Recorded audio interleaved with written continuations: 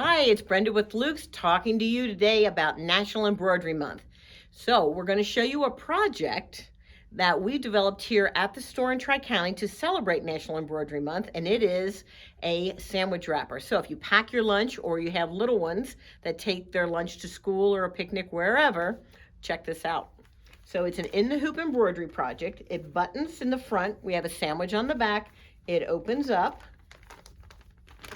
And it's a sandwich wrapper. On the other side, of course, is plastic, and it becomes a placemat. So in the hoop embroidery project, you get to use a fancy button, and we're ready to go. So this complimentary project is available at the Tri-County store.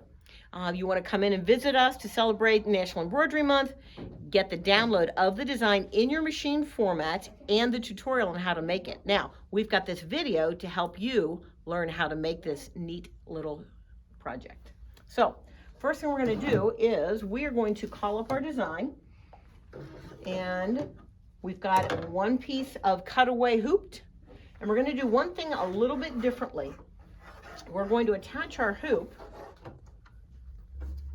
and I'm in the stitch out screen. Now I'm in the Viking. We do have this available for Janome, and I am finding the center of my project. I actually have it marked with a little X here, okay?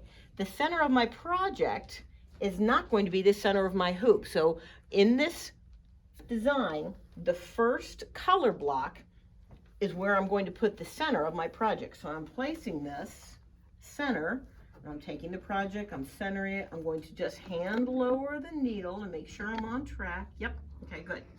So the reason we do this is so that the project is actually bigger than the hoop, but because I've adjusted for that, that first color block indicates to me where to put my fabric, okay? So that's something different. We don't stitch that first color block. I'm gonna go ahead and move to the second one. And the second color block is going to describe a square, and that's going to sew our project to our embroidery stabilizer. So I'm gonna hit start.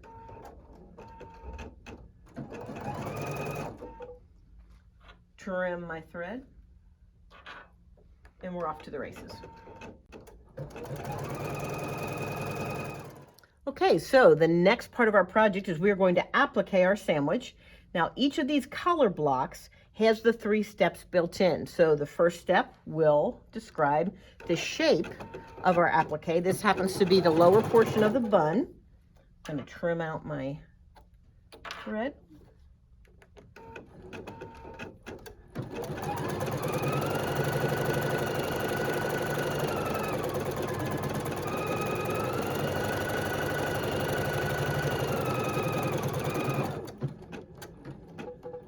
Okay, so we see this, looks almost like a canoe. That's for the lower portion of my bun. I'm going to go ahead and position my fabric there, and this is all within one color block on the design. So in the same color block, it's going to come back. In fact, right here on the screen, it said stop command in the design.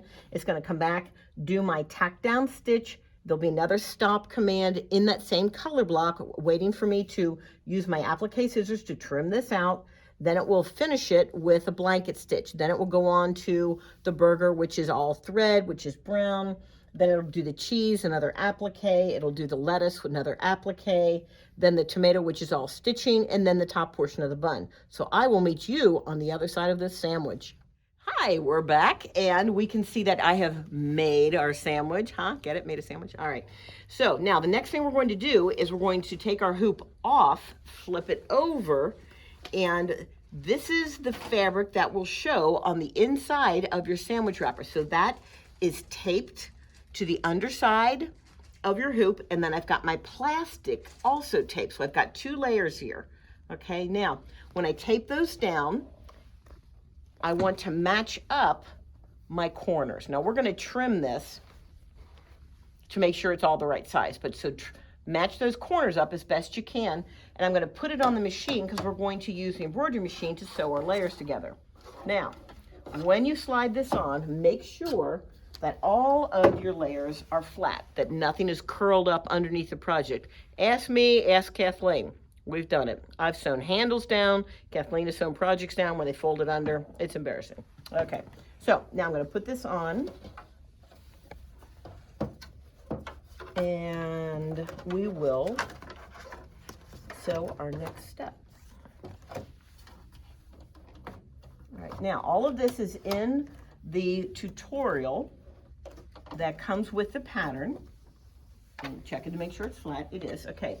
And I am on color block 9. Now this happens to be a triple stitch. It's going to ask me to go ahead and trim my threads. And this is going to sew all 3 layers together. So I'm going to let this stitch and I'll meet you on the other side. Another feature we're using on this design is we're using a large, fancy, embroidered, yes, you heard me, embroidered buttonhole. So these buttonholes are actually found in the Premiere Plus 2 software. If you don't have the software, come in and see us. We'd love to show you this feature. So I'm going to go ahead and get this started.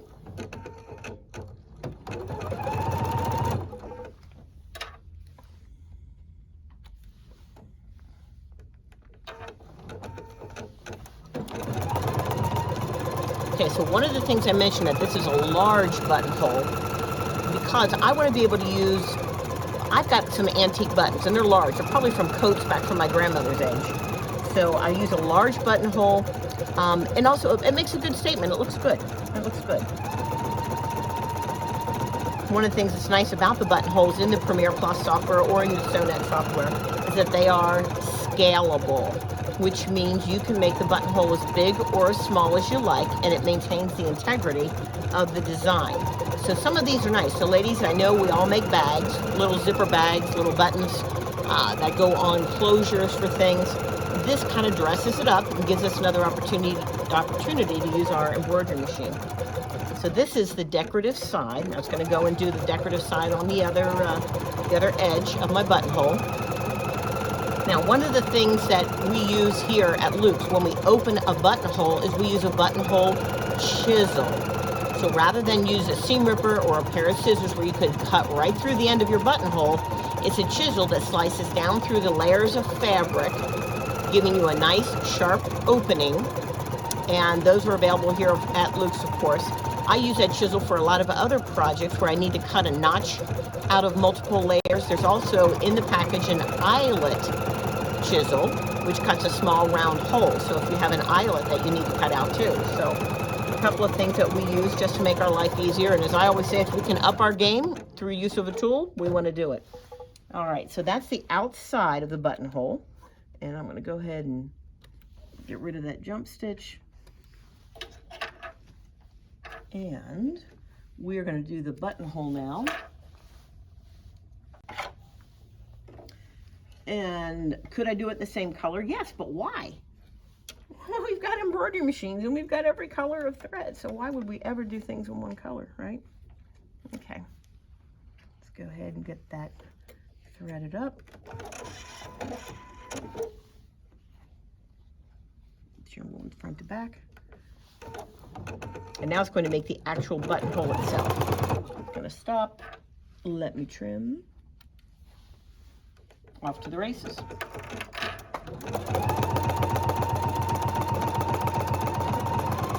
See, that's a nice big buttonhole. It's really kind of large, but if you are going to use a beautiful button, like I mentioned, I'm going to use an antique button, like a coat button. You want a nice large buttonhole. The other thing you can do is, when you're doing your buttonhole, you can measure that button in millimeters and then size it either on your machine or size it in the software to get the right length for that buttonhole. It'll turn out beautiful. You can see it's stitching lovely. Now remember, this buttonhole is going through all of the layers. It's going through the outer wrapper, it's going through our stabilizer, which won't show in the final project. It's going through our lining fabric, which is the ant fabric, which I thought was fun. And then it's going through the plastic. We are coming up, let's see, we're at 500 stitches. I've got another 150 to go.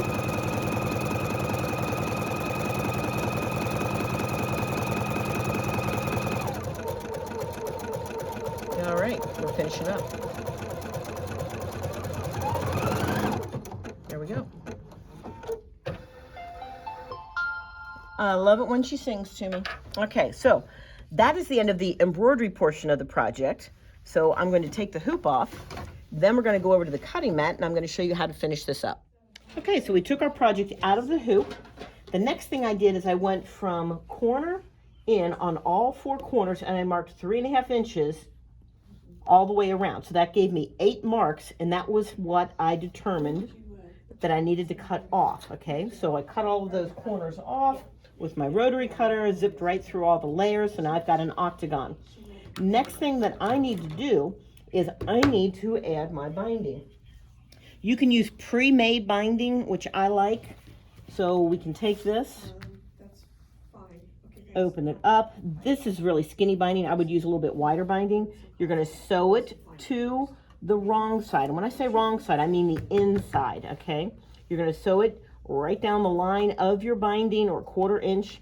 Then you're going to fold it around to the front, and you're going to sew that down. Now, what I recommend sewing that down with is, if you've got a Viking, we love to use the left edge top stitch foot.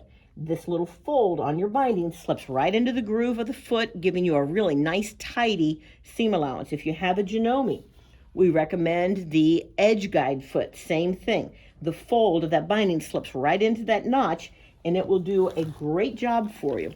Now, a couple of hints. So this is my binding, and I think it looks pretty good. A couple things that I would do. We've got points here. I would probably round those off. Now, I didn't cut them off. I just kind of rounded them when I sewed the binding on. So I might take scissors and round that a little bit to make it easier to go around those corners. Okay, and at that point, we've got our buttonhole. We would use the buttonhole chisel to open this up, and then your sandwich wrapper is complete. Fold it open, sandwich goes in the middle, folds across, fold up. Of course, my layers aren't together, and then you're going to button it up. Now, as far as the gauge of plastic that you want to hear, this is really, really heavy. I probably would use a little bit lighter weight plastic so that it folds easier. But there you have it, the sandwich wrapper.